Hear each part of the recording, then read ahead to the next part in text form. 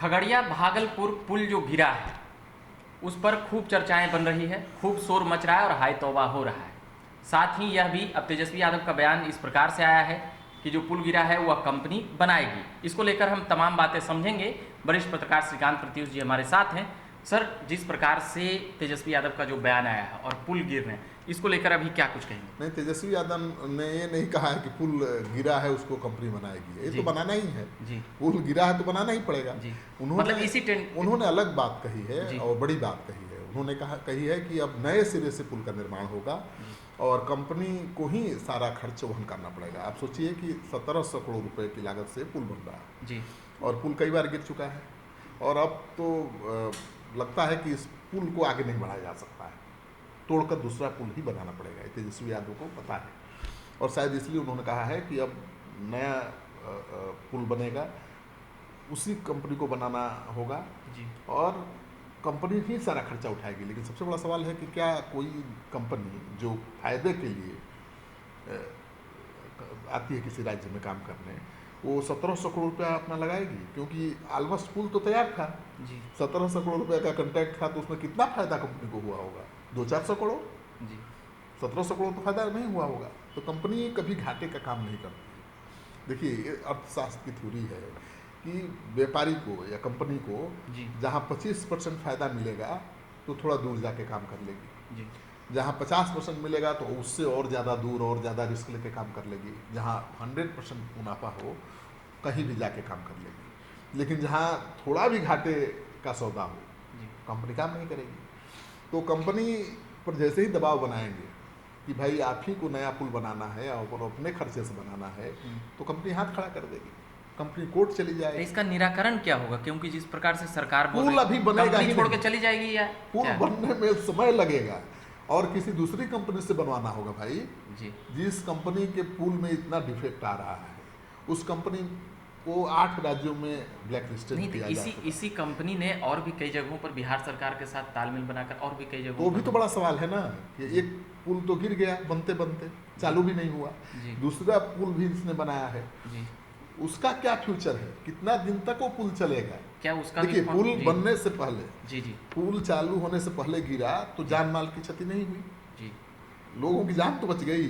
लेकिन जो पुल ये कंपनी बना चुकी है, जिस पर यातायात चालू है, अगर वो पुल 2-4-5 साल के बाद गिरता है तब क्या होगा?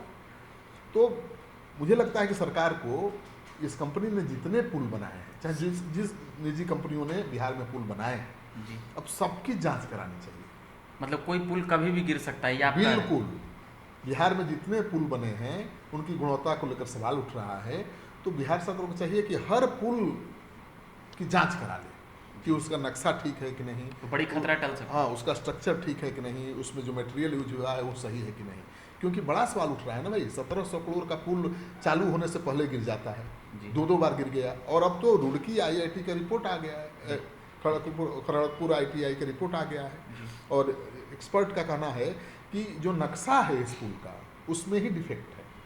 उस नक्शे पर जब तक ये पुल बनेगा तब तक ये टिकेगा ही नहीं। जैसे ही स्लैब रखेंगे पिलर पर वो भार नहीं वहन करेगा, पुल गिर जाएगा। मतलब पुल को तोड़ना ही एकमात्र रास्ता है और नया पुल बनाना। और नया पुल बनाने के लिए सरकार को अगर चाहती है कि समय सीमा के अंदर, अभी 8 साल तो हो गया, 8 साल में पुल नहीं बना, एक दशक समय जी हाँ, तो नए सिरे से टेंडर करना पड़ेगा, दूसरी कंपनियों को मौका देना पड़ेगा और गुणवत्ता का शुरू से ध्यान रखना पड़ेगा। पर सरकार तो अड़ी हुई है कुछ और बात पे। क्या अड़ी हुई? तेजस्वी की अपना ही खर्च पे कंपनी, तो कंपनी के लिए कौन सा रास्ता अब होगा? कंपनी कोर्ट चली जाएगी जी। कोई भी कंपनी घाटे का सौदा नहीं करेगी, वो भी 1700 करोड़ का घाटे का जहाँ सवाल हो, कोई कंपनी नहीं बनाएगी तो विवाद में फंस जाएगा, पुल ही नहीं बन पाएगा। तो पुल को अगर जल्दी बनाना है तो उसका फिर से निकालना पड़ेगा टेंडर, किसी बढ़िया कंपनी को देना पड़ेगा, क्योंकि उसी कंपनी को आप फिर से दे देंगे पुल बनाने के लिए तो क्या गारंटी है कि इस बार वो बनाएगी और सफल हो जाएगा? उस कंपनी ने कितनी बड़ी चूक की है, उसका जो स्ट्रक्चर है वही गड़बड़ है और उस पर कितनी भी कोशिश कर ली जाए, जो रिपोर्ट आई है IIT रुड़की का, वो पुल टिकेगा ही नहीं। तो जब स्ट्रक्चर ठीक से कंपनी नहीं बना सकती है। मतलब सिविल इंजीनियर का इसमें हाँ, जो स्ट्रक्चर ही कंपनी ठीक से नहीं बना सकती है, उस कंपनी को फिर से उसी पुल को बनाने का ठेका देना कितना समझदारी वाला काम है। तो ये जो हजारों करोड़ रुपया का जो नुकसान हुआ सीधे तौर पर कह सकते हैं, विपक्ष तो कह रही है, भाजपा, लोजपा, ऐसी तमाम पार्टियां। देखिए यही तो सवाल, ये बिहार के लोगों का कहीं ना कहीं ये मेहनत का ये सवाल ना उठे, इसीलिए तेजस्वी यादव बार बार कह रहे हैं, डर से बोल रहे हैं, इसीलिए बार बार कह रहे हैं तेजस्वी यादव कि पुल उसी कंपनी को बनाना होगा और अपने खर्चे से बनाना होगा, नया पुल बनाना होगा, कि विपक्ष का ताकि लोगों के जहन में सवाल नहीं उठेगी भाई 1700 करोड़ रुपया जो लग गया उसका क्या होगा। लेकिन ये प्रैक्टिकली संभव नहीं है, पॉसिबल नहीं है। और मुझे नहीं लगता है कोई निर्माण कंपनी, निजी कंपनी जो फायदे के लिए काम करती है 1700 करोड़ रुपये लगा के अपनी जेब से पुल बनाएगी। क्या इसको राजनीतिक बयान लिया जाए या लोग? बिल्कुल, लोगों का ध्यान भटकाने के लिए अभी जो विवाद उठा हुआ है उस पर पानी डालने की कोशिश है। मुझे लगता है कि सरकार ने कार्रवाई भी शुरू कर दी है, कंपनी को शो कॉज नोटिस दिया गया है, ब्लैक लिस्टेड आपको क्यों नहीं किया जाए। तो पहला काम तो यही होना चाहिए, कंपनी को ब्लैक लिस्ट किया जाना चाहिए। और कंपनी के द्वारा जो भी पुल बनाए गए हैं बिहार में, कई कंपनी, इस कंपनी ने कई पुल बनाए हैं, अच्छा तालमेल, छपरा और कोइलवर का पुल जो है वो इसी कंपनी ने बनाया है। तो उस पुल की गुणवत्ता को लेकर भी सवाल उठता रहा है। तो उस पुल के साथ साथ जितने पुलों का निर्माण इस कंपनी ने किया है उसकी विधिवत जांच होनी चाहिए, प्रॉपर जांच होनी चाहिए।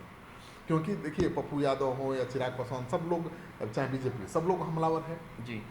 पप्पू यादव भले सरकार पर हमला नहीं कर रहे हैं, लेकिन वो IAS अधिकारियों पर सवाल उठा रहे हैं, वो कंपनी पर सवाल उठा रहे हैं।